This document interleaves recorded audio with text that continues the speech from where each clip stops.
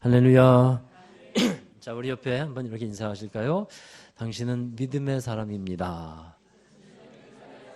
예. 조금 그게 이렇게 마음이 어려우시면 믿음의 사람 되시길 바랍니다. 예, 믿음의 사람 되시길 바라고 또 믿음의 사람 되신 줄로 믿습니다. 올해 마지막 52번째 주일인데요.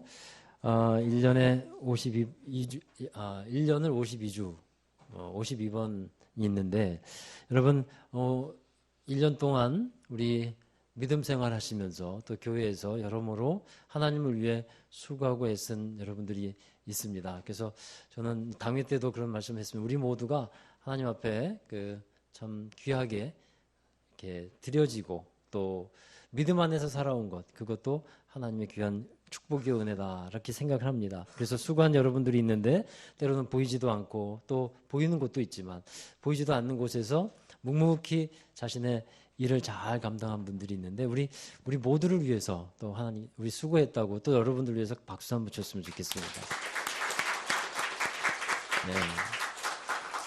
네. 그리고 52주 동안 한 번도 주일을 빠지지 않고 개근한 분들이 있어요.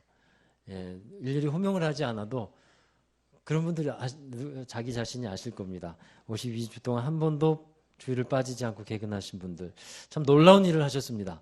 참 잘하셨고 하나님께서 상 주셨다면 정말 큰 상을 주시리라고 생각을 합니다. 자, 여러분 그분에게도 우리 박수 한번 보내드릴까요? 52주 동안 한 번도 빠지지 않고 주일을 성수한다는 것 사실 쉬운 일은 아닙니다. 그런데 여러분 한번 새해에는 도전도 해보시기 바래요. 그래서 하나님 앞에 내가 정말 온전한 주일을 지키는 사람으로 살아갔으면 좋겠습니다. 또 52주를 저도 지켰습니다. 그렇죠? 저도 지켰는데 52주 동안 제가 설교를 몇 번이나 했을까요? 제가 한 주에 평균 설교를 10번을 합니다. 그러니까 1년이면 520번을 한 거예요. 예. 놀라지도 않으세요? 여러분 여기서 52번만 설교해보세요. 예? 520번. 이거 굉장히 저로서는 큰 거라고 생각을 하는데 별로 당연한다듯이 목사님은 520번이 아니라 5200번도 하셔야지 무슨 얘기냐고 하는 표정인 것 같아요. 자, 여러분 믿음으로 우리가 이렇게 달려왔습니다. 우리 앞에 현수막에도 적어놨습니다만 믿음으로 달려온 것 주의 은혜라. 아멘. 네, 한번 따라 해보실까요? 고백해 보십시다. 믿음으로 달려온 것 주의 은혜라. 네, 아멘입니다. 자, 여러분 믿음이라는 것 52주 동안 우리가 한번 지켜보자라는 말을 한번 했는데 믿음이라는 것은 도전이라는 성질을 갖고 있어요. 믿음은 한번 해보자라는 그런 도전의식을 갖고 있습니다. 하나님이 함께 하시기 때문에 한번 해보자는 거예요. 나는 약하지만 하나님은 강하시기 때문에 도전해보자. 이것이 믿음의 성격이라는 겁니다. 유기성 목사님이 쓴 예수를 깊이 생각하라는 책에 이런 글이 있습니다. 미국에 한 목사님이 계신데 그가 어릴 적에 야구를 했던 이야기예요. 타석에 처음 섰던 순간을 그 목사님이 결코 잊지 못하겠대요. 왜냐하면 처음 타석에 섰는데 처음 타석에 선 그때 기록이 삼진 아웃이었습니다. 그 일이 정말 부끄러운 일이었다는 거예요. 그런데 그때 눈에 띈 것이 하나 있답니다. 뭐냐면 타석에 서면 1루를 밟거나 2루를 나가는 것 그렇게 진루를 하는 것이 목적 아니겠어요? 그런데 안타를 치지 않고도 타석에 나가는 사람들이 눈에 띄더라는 거예요. 어떤 방법이 있겠습니까? 포볼을 얻는 거예요. 그래서 꼭 안타를 치지 않아도 포볼로 1루에 나갈 수 있구나 하는 것을 발견했어요. 그리고 그들은 1루로 포볼로 나갔다가 가끔 후속 타자들이 안타를 치거나 홈런을 치고 해서 홈을 밟으면 사람들에게서 환호를 받으면서 이렇게 홈으로 들어오는 것을 보게 됩니다. 그 투수들이 그때 당시에 수준급이 아니니까 항상 스트라이크만 던질 수는 없는 거 아니겠어요? 그래서 결심하기를 남은 시즌 동안 타석에 서면 절대로 방망이를 휘두르지 아니하리라. 이렇게 마음을 먹고서 타자로서 섰다는 겁니다. 그 후에 경기에서는 스트라이크 아웃도 많이 당했지만 가끔 포볼로 일루를 밟을 수 있었고 운이 좋으면 홈까지 들어올 때가 있었다는 거예요. 근데 그때의 습관이 그의 삶이 한 습관이 되어가지고 스윙을 하기보다는 그냥 가만히 있기를 택하는 그런 행동하는 습관이 되었다는 겁니다. 만일 방망이를 휘둘러가지고 안타를 치면 그 다음에 또 사람들은 뭘 기대할까요? 또 안타를 기대할 것이다. 이게 부담이 되는 거예요. 더 잘해야 한다고 하는 압박감이 올 것이기 때문에 그냥 가만히 있자. 이것이 그의 삶의 한 방법이었다고 합니다. 목회도 그런 식으로 이제 한 거예요. 근데 그 목사님이 이렇게 고백해요. 지금은 어쩔 수 없는 양 일부러 무능을 택해서 그 속에서 살아온 그 세월이 후회스럽다.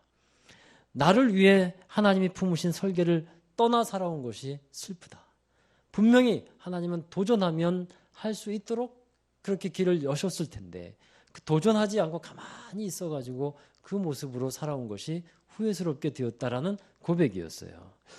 여러분, 우리는 믿음을 갖고서 살아왔고 앞으로도 믿음으로 살아가야 할 것입니다. 믿음은 도전입니다. 우리 그리스도인들이라고 하면 바로 믿음으로 사는 사람들인데 우리 이 믿음으로 살아가는 것이 절대로 후회되지 않는 삶이 되시기를 바랍니다. 흔히 이런 말이 있죠. 해도 후회되고 안 하고도 후회되면 해보고 후회하는 게 낫다.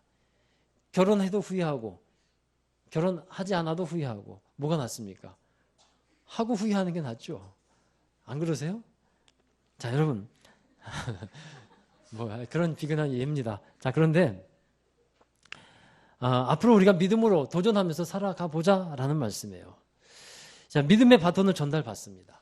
그리고 이제 믿음으로 바톤을 들고서 뛰어가자라는 겁니다. 자, 그러하기 위해서는 이 믿음이 어떤 믿음이어야 할까요? 진짜 믿음, 참된 믿음이 되어야 할 것입니다.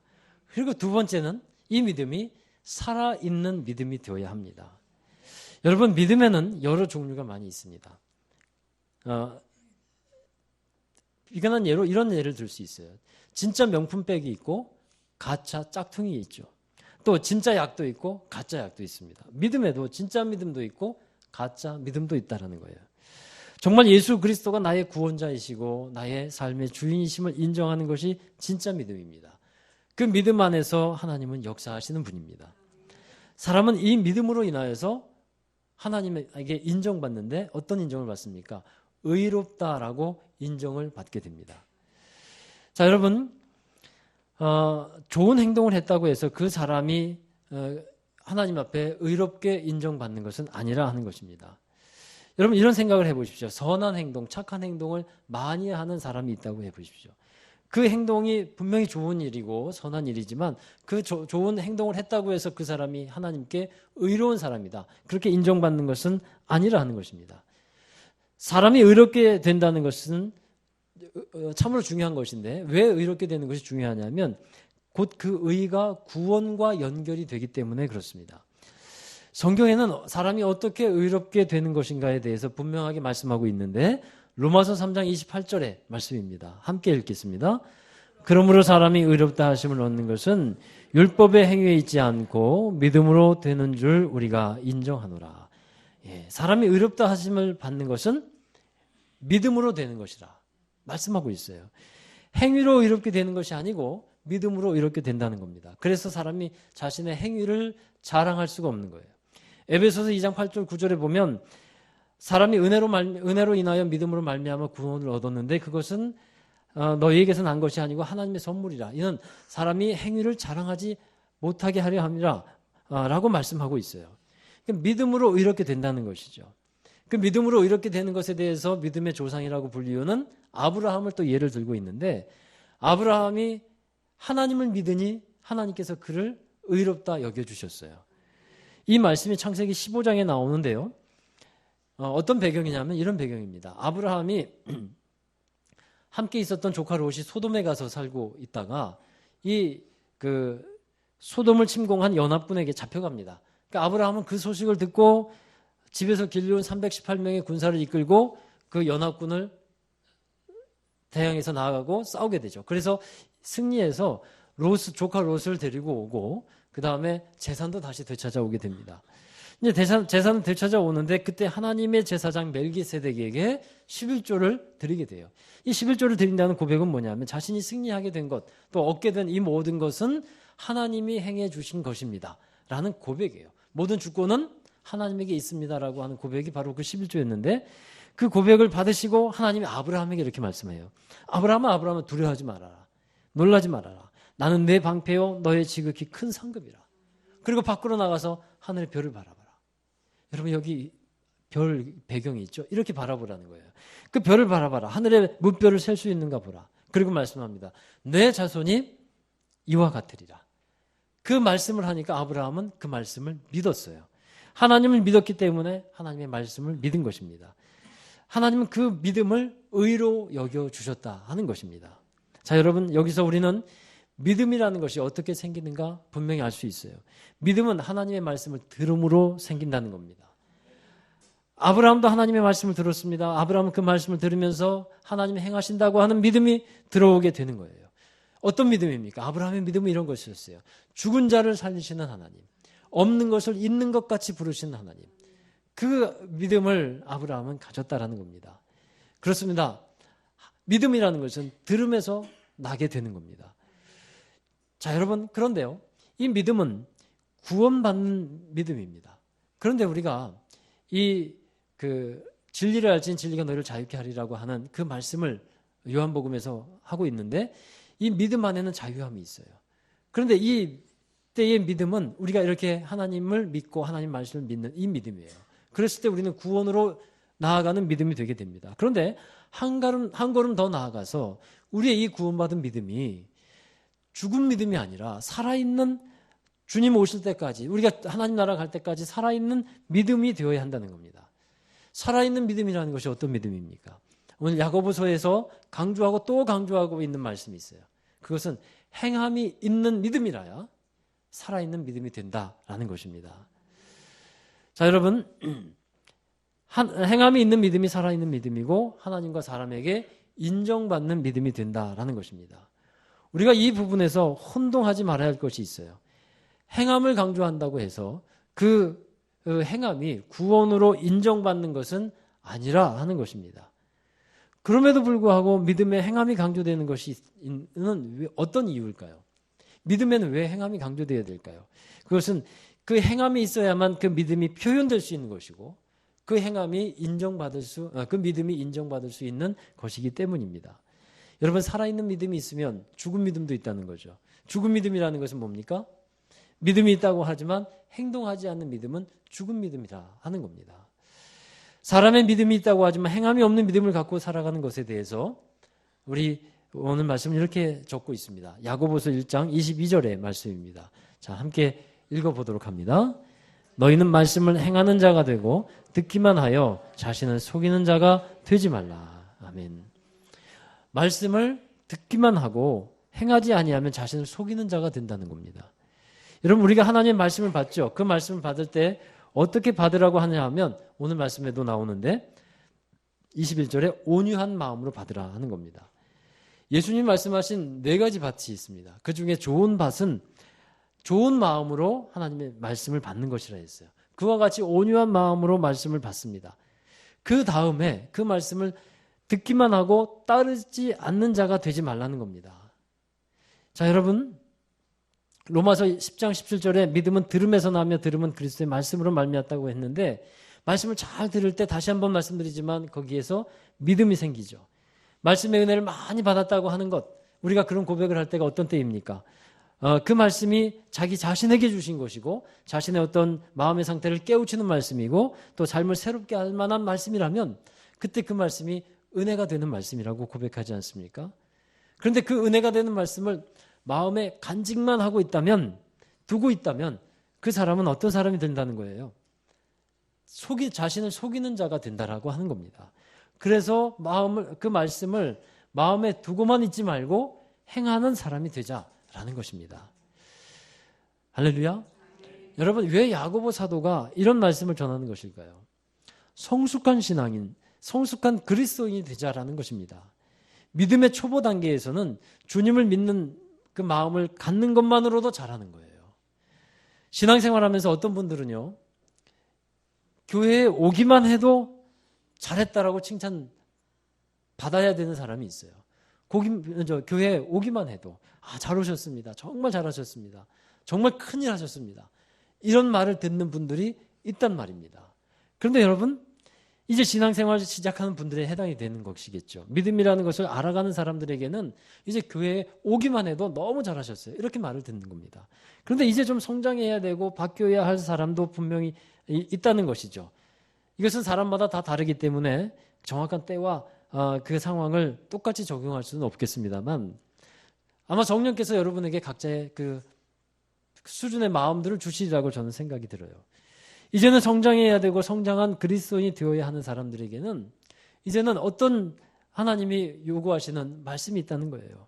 이제는 그 믿음과 함께 행함으로 나타나자. 그리고 나를 따라올 때 더 가까이 따라와라. 더 하나님 앞에 적극적으로 나와라. 이러한 하나님의 요구하심이 있다는 겁니다. 또 그것을 우리가 받을 때 그것이 성장하고 성숙한 그리스도인들의 모습이 된다라는 것이죠. 자, 여러분, 이렇게 이제 말씀을 드릴 때 어떤 분들에게는 이런 현상이 발생할 수 있을 거예요. 더 좋은 믿음을 갖게 되면 그에 따라서 어떤 행동을 해야 합니까? 왜 이렇게 숙연해지셨어요? 더 좋은 믿음을 갖게 되면 그에 따르는 행동을 해야 되니까 더 좋은 믿음의 행동을 해야 되는 것 아닙니까? 그렇죠?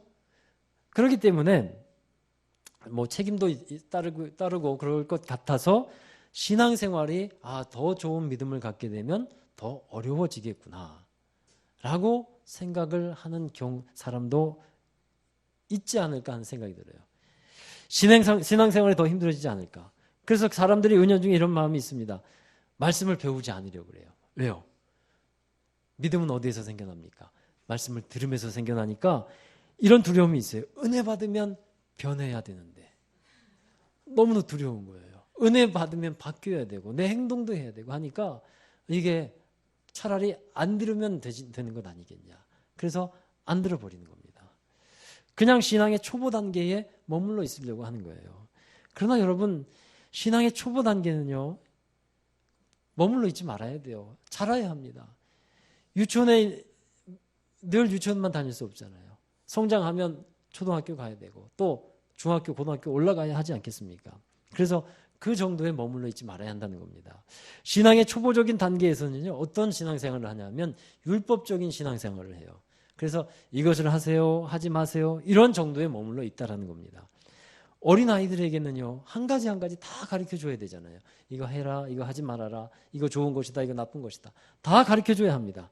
해야 할 것과 하지 말아야 할 것을 배우고 따라하게 합니다. 그게 어린아이예요. 여러분, 나는 그래도 어린아이가 좋다. 그런 분들이 여기 계세요. 어린아이여야 나는 사랑도 많이 받고 부담도 없고 그게 좋다라고 하는 분들이 여기 없게 되기를 바랍니다. 아멘도 안 하세요. 다 어린아이 되실 건 아니잖아요. 여러분, 그렇게 생각하는 사람은 이런 거예요. 중학교 가야 되는데 그냥 초등학교에 남아있겠다고 하는 것과 다 같은 겁니다. 중학생인데 초등학생에 머물러 있으려 하지 말라는 겁니다.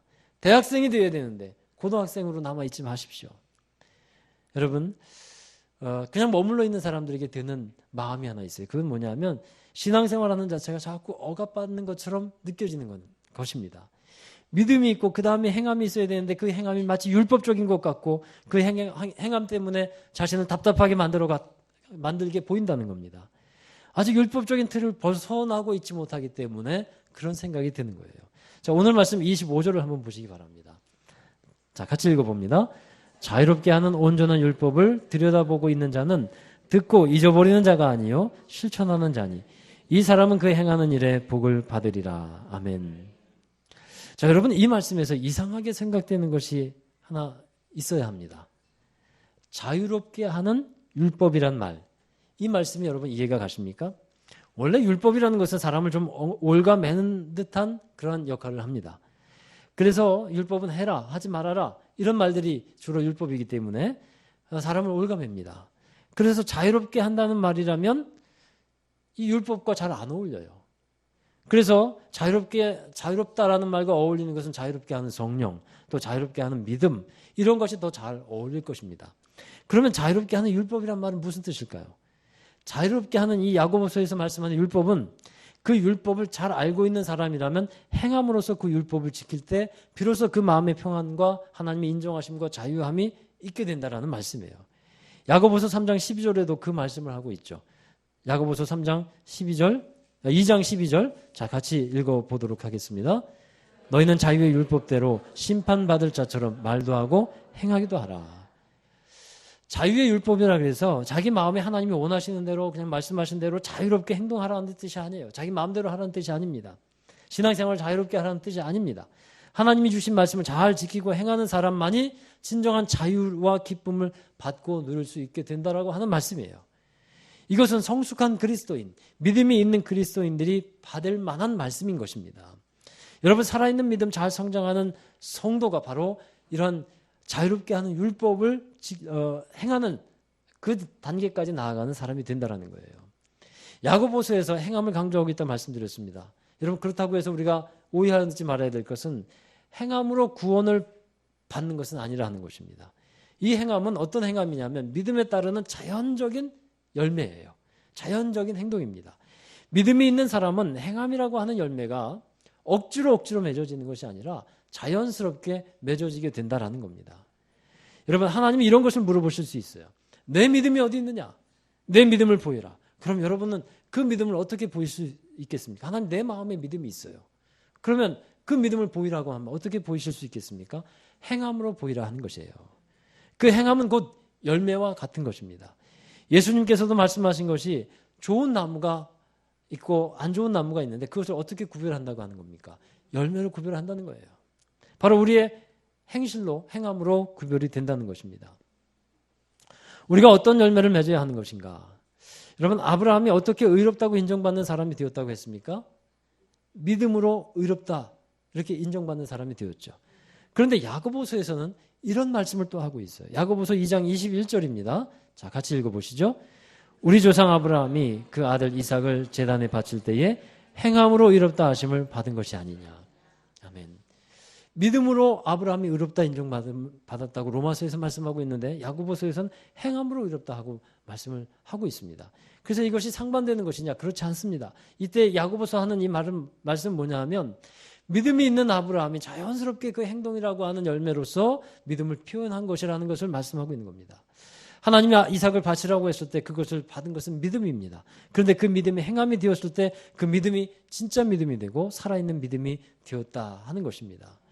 이제 우리가 믿음으로 행하는 열매 맺는 성도가 되어야 할 줄로 믿습니다. 그 믿음의 열매는 어떤 것이 있을까요? 여러분, 오늘 말씀해 보면 믿음의 열매가 몇 가지 나와 있는데 먼저는 말과 성품의 열매예요. 19절과 20절에 보면 사람의 마음과 태도에 대해서 말씀합니다. 먼저 듣기는 속히 해라. 그리고 말하기와 또 성내기는 더디하라고 말씀하고 있어요. 성을 아주 내지 말아라는 말씀은 아니에요. 우리가 화를 낼 수도 있습니다. 그런데 어떻게 하라고요? 더디해라. 갑자기 말하지 말고, 갑자기 성내지 말고, 더디하라고 했습니다. 여러분, 사람의 말을 듣는 것도 좋은 믿음의 열매입니다. 그리고 말하는 것과 표출되는 성격도 믿음의 열매가 되어서 맺히게 된다라는 겁니다. 그리고 나서 또 한 가지 이제 사람들이 맺어야 하는 믿음의 열매가 있는데 그것은 우리 26절, 27절의 말씀이에요. 어떤 열매를 맺어야 할까? 한번 따라 하십시다. 경건의 열매. 우리가 행함으로 나타나는 믿음이 되기 위해서는 경건이라고 하는 열매가 맺어져야 한다는 겁니다. 믿음을 가진 사람은 경건한 삶을 살아가야 합니다. 여러분, 그러면 경건이라고 하면 주로 어떤 생각이 드십니까? 예배에 잘 빠지지 않고 기도 잘 드리고 기도 생활 잘하고 말씀 묵상도 잘하고 말씀을 통해서 은혜 받는 것 잘하고 이런 신앙인의 모습, 이것이 경건한 신앙인이라는 생각이 들 겁니다. 예배, 말씀, 기도, 그렇습니다. 다 이 모습들이 우리가 기본적으로 갖추고 있어야 할 경건의 모습들입니다. 경건한 사람, 하나님을 믿는 사람들은 예배 잘 드려야 돼요. 또 기도 잘해야 돼요. 기도 생활 잘하고 말씀 생활 잘해야 되는 것이 가장 기본적입니다. 경건에는 이것이 들어가 있습니다. 그런데 야고보 사도는 여기서 한 걸음 더 나아가는 겁니다. 참된 경건이라는 건 무엇이냐? 27절에 보십시오. 자, 함께 읽습니다. 하나님 아버지 앞에서 정결하고 더러움이 없는 경건은 곧 고아와 과부를 그 환난 중에 돌보고 또 자기를 지켜 세속에 물들지 아니하는 그것이니라. 아멘. 그리스도인은 신앙생활을 하는 곳이 예배당에서만 신앙생활을 하는 것이 아니라는 거예요. 세상에서 신앙생활을 하는 겁니다. 진짜 믿음은 어디에서 증명이 됩니까? 여기에서 증명이 되는 것이 아닙니다. 세상에서 진짜 믿음은 증명이 되는 겁니다.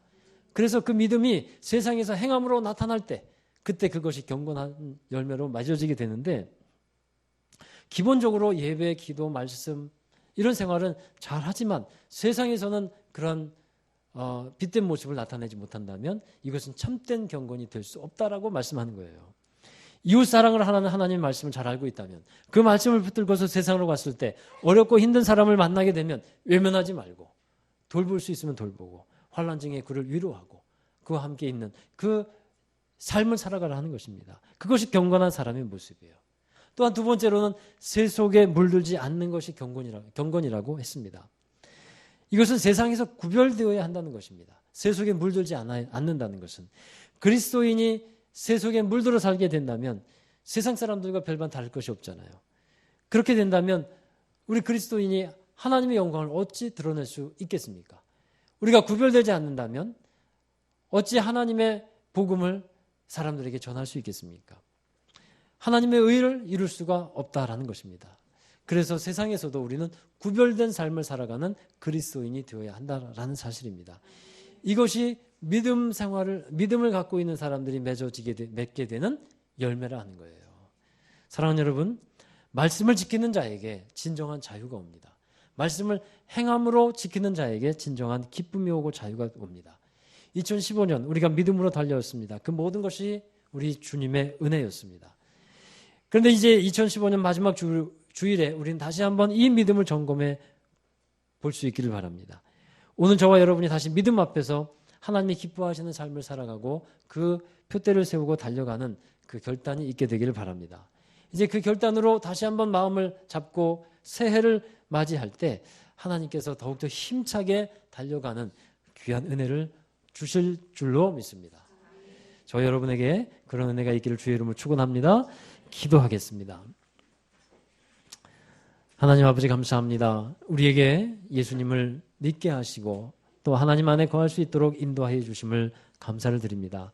그 믿음이 세상을 이기는 능력이고 세상의 어떤 어려움과 환난 중에서도 다시 힘을 내며 승리하게 하시는 능력이 됨을 믿습니다. 또 우리를 죄에서 구원하여 주셔서 죄 가운데 자유케 하여 주시옵시고 정말 하나님이 주시는 그 구원의 기쁨을 누리게 하여 주시는 것이 믿음인 것을 감사히 여기며 이 시간 고백합니다. 하나님을 더욱더 믿게 하여 주시고 하나님을 온전히 따르게 하여 주시옵시고 참된 주님을 향한 사랑으로 우리 심령들이 채워지게 하여 주옵소서. 그런 하나님 더욱더 우리에게 행동하는 믿음, 실천하는 믿음 주셔서 살아있는 믿음 되게 하여 주시옵시고 믿음의 좋은 열매들을 많이 맺어서 하나님께 영광 돌리는 모든 성도들이 되게 하여 주옵소서. 감사드리오며 예수님의 이름으로 기도하옵나이다. 아멘. 네, 우리 다 함께 자리에서 일어나셔서 우리 함께 찬양하겠습니다.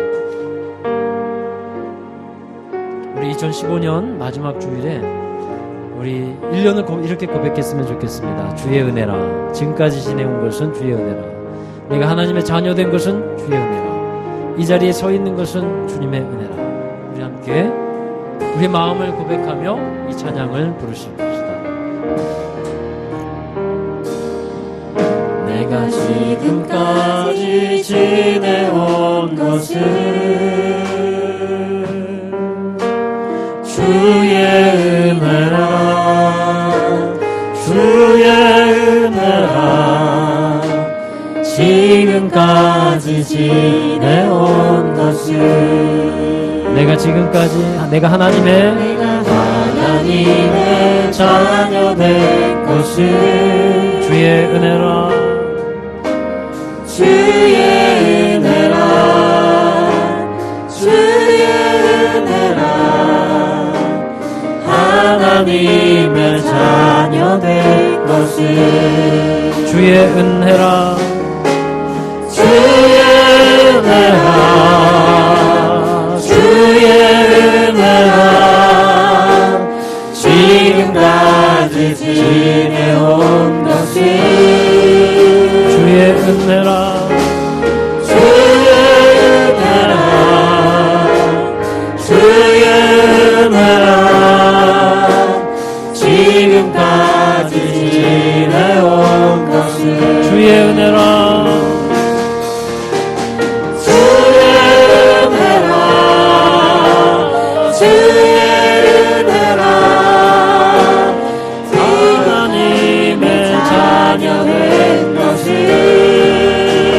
주의 은혜라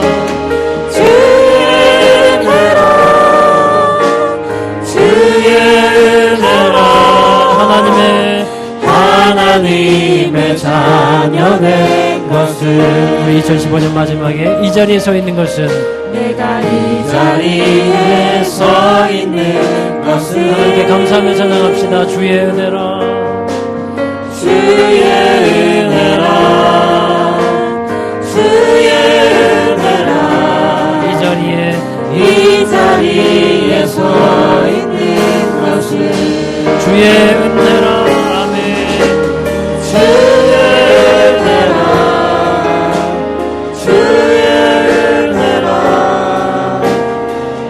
자리에 서 있는 것은 주의 은혜라 주의 은혜라 주의 은혜라 이 자리에 서 있는 것은 한 번 더 고백합시다. 주의 은혜라 주의 은혜라 주의 은혜라 이 자리에 서 있는 것은 이 자리에 서 있는 것은 주의 은혜라 주의 은혜라 이 자리에 서 있는 것은 자, 우리 함께 고백하기로 원합니다. 자, 2015년 우리 은혜 가운데 믿음 안에 이렇게 살아왔습니다. 하나님 앞에 감사할 수 있는 귀한 마음이 되기를 원합니다. 믿음 안에 살아온 것 주의 은혜입니다. 때로는 어렵고 힘든 일이 있었지만 이렇게 주님 안에서 와서 예배할 수 있고 기도하게 하시고 또 이 자리에 서 있는 것 주님의 은혜입니다. 2015년 여러 가지 일들 가운데 하나님께서 많은 좋은 일도 주신 것도 있는데 그 모든 것들을 또 생각하면서 그 모든 것이 나의 힘이 아니라 주님의 은혜입니다 라고 고백하며 함께 감사하는 시간 가졌으면 좋겠습니다. 더욱더 하나님께 감사하면서 우리의 삶에 더욱더 좋은 것을 주시고 회복시켜 주시는 주님을 보며 나아가십시다. 우리 믿음으로 감사하며 고백하며 기도합니다. 하나님 감사합니다. 우리가 지금까지 지내온 것 하나님의 자녀된 것 이 자리에 서 있는 것은 오직 주님의 은혜임을 고백합니다. 나의 나된 것은 오직 하나님의 은혜임을 고백합니다. 우리가 하나님께서 함께 하셔서 우리의 마음을 새롭게 하여 주시고 하나님 우리 마음에 감사의 마음을 부어주시옵소서. 주님의 마음에 약한 점들을 주님의 큰 마음에 하나님 우리 마음을 듣게 하여 주셔서 주님의 은혜에 감사하며 더욱더 주님의 이름으로 하나님의 은혜를 살아가는 우리 모두가 되게 하여 주시옵소서. 주님의 뜻을 이루어가고 주님의 마음을 가지며 주님 안에서 힘으로 살아갈 수 있는 저희를 되게 하여 주옵소서. 우리가 하나님의 자녀가 되었습니다.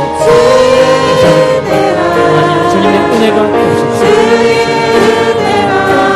은혜 가운데 지금까지 지내온 것은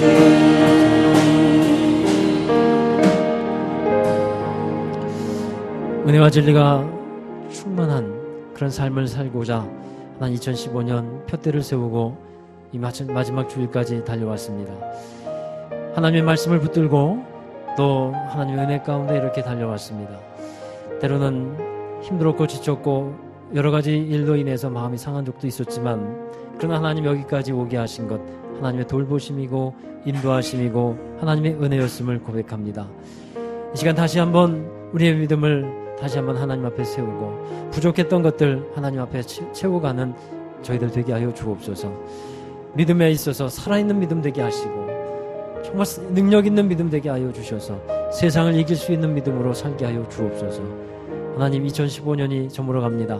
이제 2016년을 맞이하는 이때에 저희들의 마음이 더욱더 새로워지게 하시옵소서. 주님이 주시는 힘과 능력을 갖고 나아가는 귀한 믿음들이 되게 하여 주옵소서. 하나님께서는 우리를 향해 놀라운 계획과 뜻을 갖고 계신 줄로 믿습니다. 하나님 도전하지 않고 주저앉아 있고 여기까지가 내가 갈 수 있고 그 다음은 나갈 수 없다라고 하는 그러한 안주하는 마음이나 하나님 좌절하는 마음 갖지 않게 하시고 한계를 뛰어넘게 하시고 다시 일어서게 하시며 더 새로운 곳으로 주님 주시는 은혜의 곳으로 나아가게 하시는 그 하나님을 믿고 믿음으로 도전하며 나아가는 우리 모든 성도들 되게 하여 주옵소서. 그리고 우리에게 믿음을 주셨는데 그 믿음이 하나님 세상에서도 빛을 발하는 믿음 되기를 원합니다.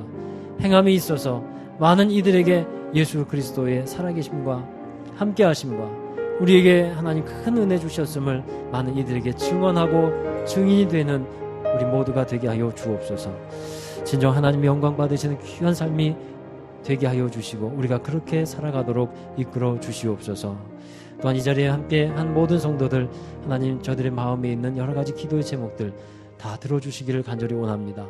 주님의 뜻 가운데 하나님 응답하여 주셔서 회복하실 것을 회복시키시며 또 고치실 것을 고치시고 새롭게 하여 주셔서 주님의 사람으로 온전케 되며 하나님의 나라의 기쁨과 은혜를 누리고 살아가는 모든 성도들 되게 하여 주시옵소서.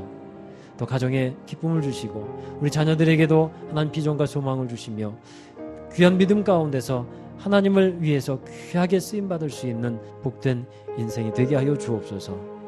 이제는 우리 구주 예수